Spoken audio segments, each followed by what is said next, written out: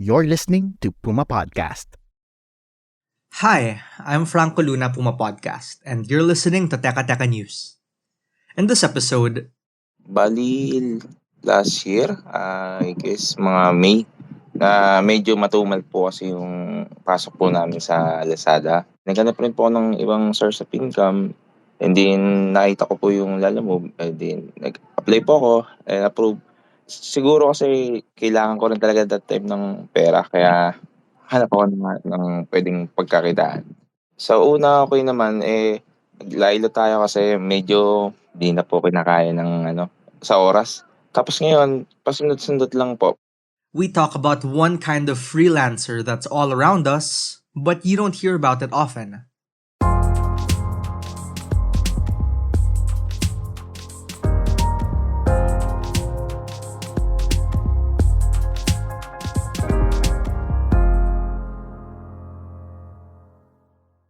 Why don't you make a report to the House that your study was already terminated and you are coming up with your final report to this committee because it's pursuant to House Resolution number 2449 na ginawa nyo yung pilot study. What you are doing is you're arrogating unto yourself the power of Congress to grant franchises. You just heard an excerpt from a hearing by the House Committee on Transportation in August. As you know, motorcycle taxis, once known as habal-habal, have long been a popular mode of transportation in the country. Right now, they're only allowed because of the ongoing pilot study needed to craft the law regulating them. Yun, lumilitaw po. Maraming applicants pala, qualified naman. Kasi yung sinasabi ko nga na nagpunta sa akin, tinignan ko rin, hindi lamang po yung kanilang mga documentary requisites. Pati po yung mga lugar nila, yung kanilang mga opisina, pati yung scheme nila for security and safety, meron sila may training din po sila. Pati yung pong mga riders nila, initially meron silang about 2,500 ready to operate, ready to participate. Lawmakers also brought up the topic of multi-homing, or the practice of motorcycle riders working for multiple companies. Habang pilot study pa lang at hindi pa batas, lawmakers and civil society groups are against the practice because they want to make it easier to monitor the data from the current motorcycle taxi companies. Here's LTO Chief Vigor Mendoza. There are collateral issues to that. If we allow multi-homing, the issues of liabilities will come into play. But we are now in the tail end, given all what the technical working group has done. I think we can now put a timeline, a period to this, and come up with a recommendation to the House and the Senate of a transitory provision. Until now, there is no law in effect recognizing motorcycle taxis as a form of public transportation. There are a number of bills currently pending in Congress, though, that would require motorcycle taxis to be registered with the Land Transportation Office and meet certain safety standards. There's one reason why there are only 3 players in the industry, namely Angkas, Move It, and Joyride. These are just the things that happen when we don't actually have an enacted bill legalizing motorcycle taxis. The LTO actually admitted at the hearing that 4 more applicants for motorcycle taxis were on the table, but the process had to be stopped since the pilot study is technically terminated as of this writing. Digital advocacy group Digital Pinoys makes a good point. Riders who work for multiple companies take away the extremely limited slots for other riders who might be hoping to join the business. Right now, there are just 45,000 motorcycle taxi rider slots available in Metro Manila. Dahil meron lamang limited allocation per company. So, parang nade-deprive yung ibang mga riders, lalo yung mga unregulated na habal-habal, na pwede sana silang maging part, maging legitimate yung kanilang paghahanap buhay. Kaya lang, halimbawa, si Rider A, naka-multi-home siya, yung 3 kumpanya yung pinasukan niya. So, one less allocation for 2 companies yun, di ba? Merong at least 2 riders na deprive doon dahil nag-multi-home siya. So, ang gusto natin, habang pinaplansya pa yung lahat ng yung magiging batas mismo, habang inaayos pa, habang pinag-aaralan pa, pagbawalan muna yung multi-homing. That's Digital Pinoy's national campaigner Ronald Gustillo. He says there is another way this affects commuters. What if a multi-homing rider carrying a passenger gets into an accident? Which company is liable then?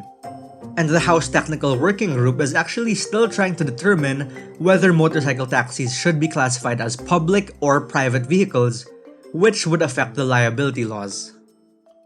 For now kasi parang yung liability nandun sa rider eh. And in fact, doon sa report na ibinibigay ng Technical Working Group, 99%, almost 100% yung safety rate ng mga companies, no? Pero meron tayo kasing nakikitang mga reports na yung isang rider for this company na involved sa aksidente. Pero kasi yung liability nandun sa rider eh. Gusto rin sana nating makita sa part natin as a consumer group, ano yung liability ng kumpanya. Kumbaga parang pinirata ka from a rival company, eh hindi na nag-undergo ng skills evaluation and training, no? Ano yung best practice nang sa ganun mas-standardize din yung training procedure.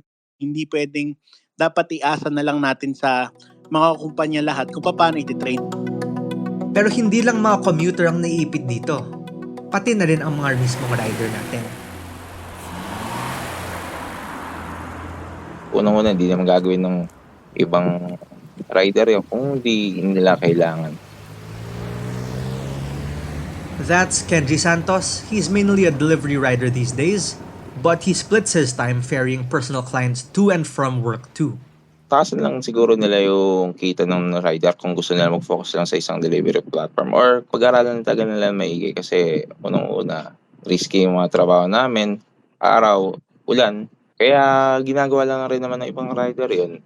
Ang dami lang rin kasi nila needs.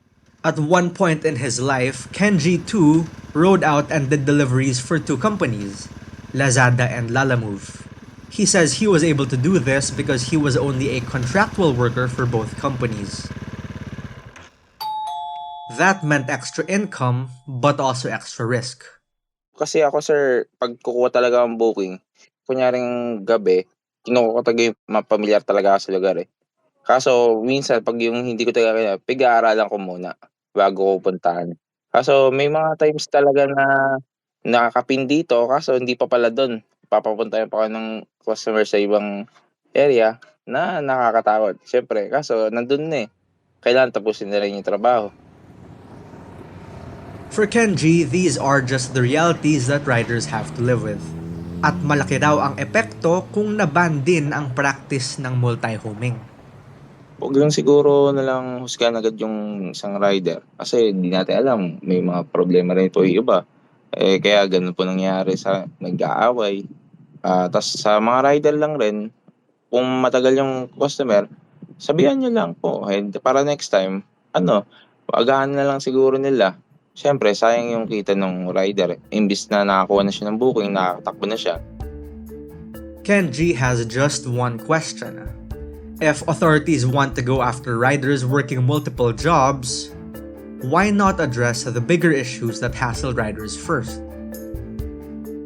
We're pausing for a quick break now. When we return, we'll take you inside a day in the life of a delivery rider.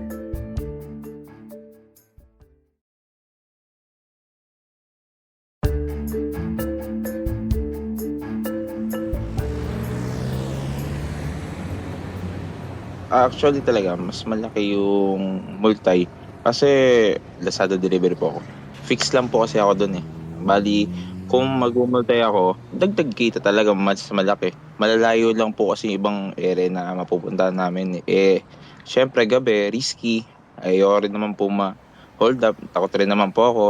Kaya nililimitahan ko lang po yung lugar na or oras ng pagdedeliveran ko.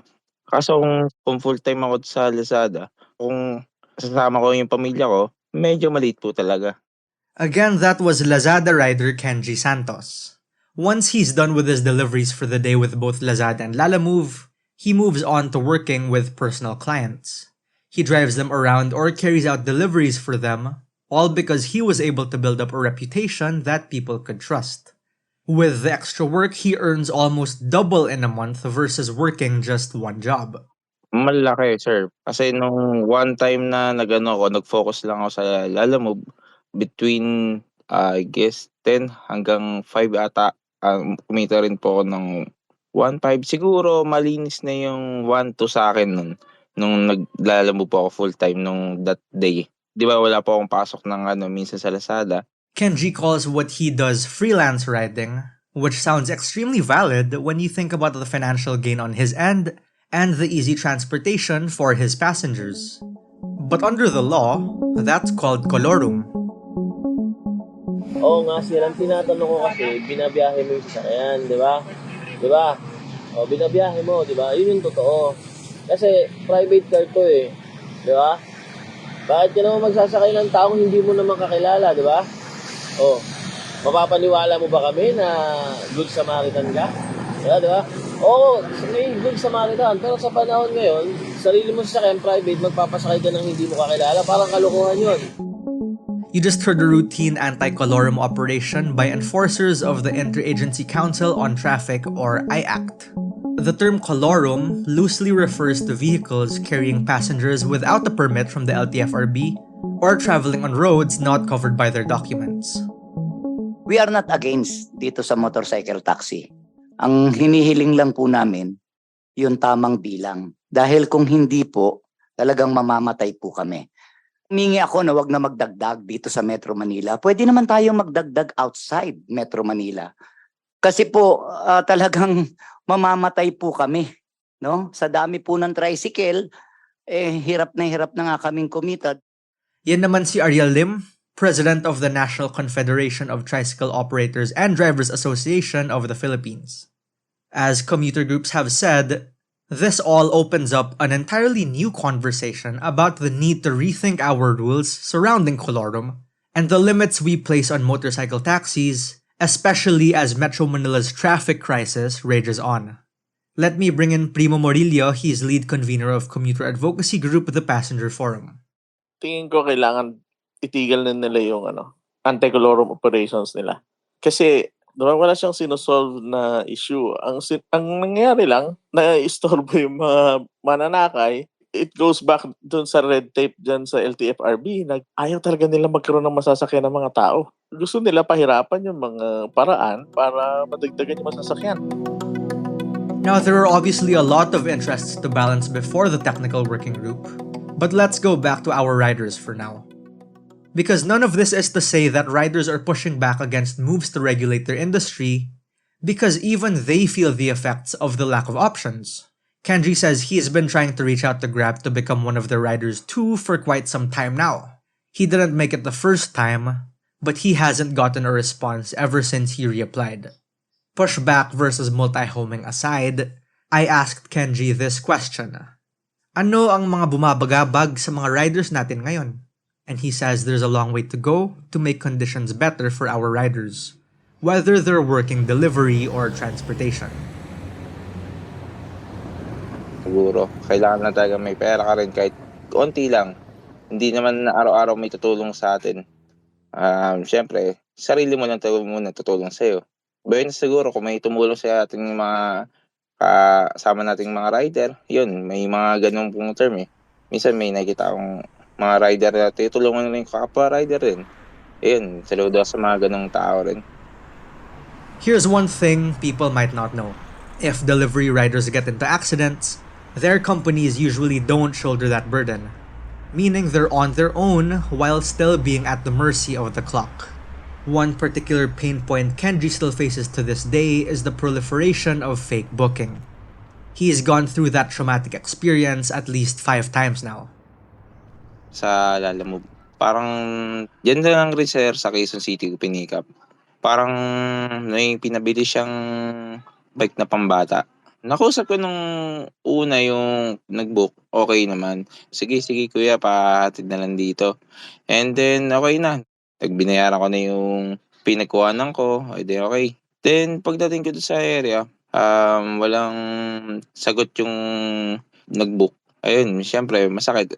Parang ayoko naman sabihin na magkasabot sila. Kaso tingin ko magkasabot kasi binalik ko dun sa pinagkuhanan ko na gastos na daw niya yung pera daw. Kaya alam mo yun, kahit sabi kong lugi ako, binalik ko na lang rin talaga yung nabono ko na 1.5, parang nabalik na lang sa akin 1K.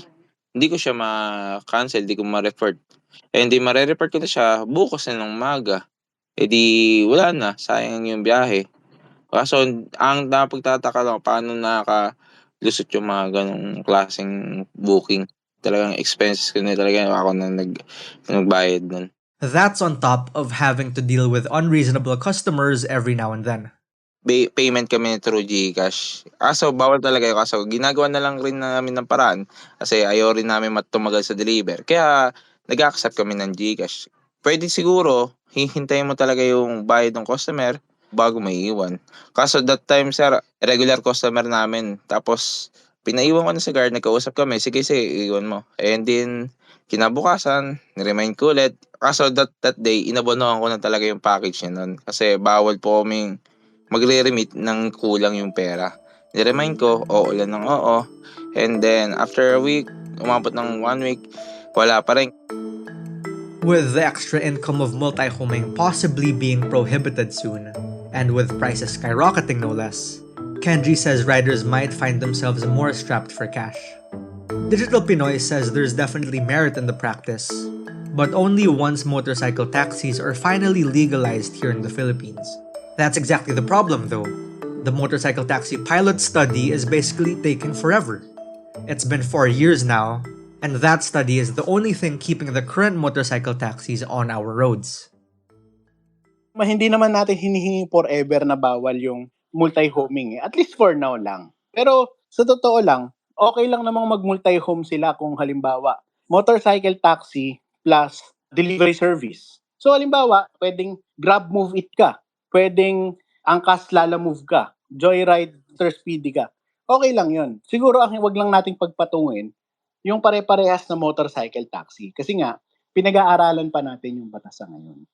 Delivery rider Kenji Santos says he hopes Filipinos and lawmakers alike recognize the hazardous nature of their jobs when they form opinions on policies for them. Ang buhay, saglit lang yan. Pag na-aksidente pala, patay tayo dyan. Kaso, ano lang tayo, ride safe lang as always. Kasi dati, nag-take din ako ng booking na malayo. Di ko na ulitin po talaga. Ang hirap. Kasi that time, isa lang po kasi ang booking eh. Unang-una, sa pagmalayo, lugi po yung kita. Kaya yung iba, nagtitake sila ng double booking para ma-sustain lang yung pagkukulang ng sa unang deliver.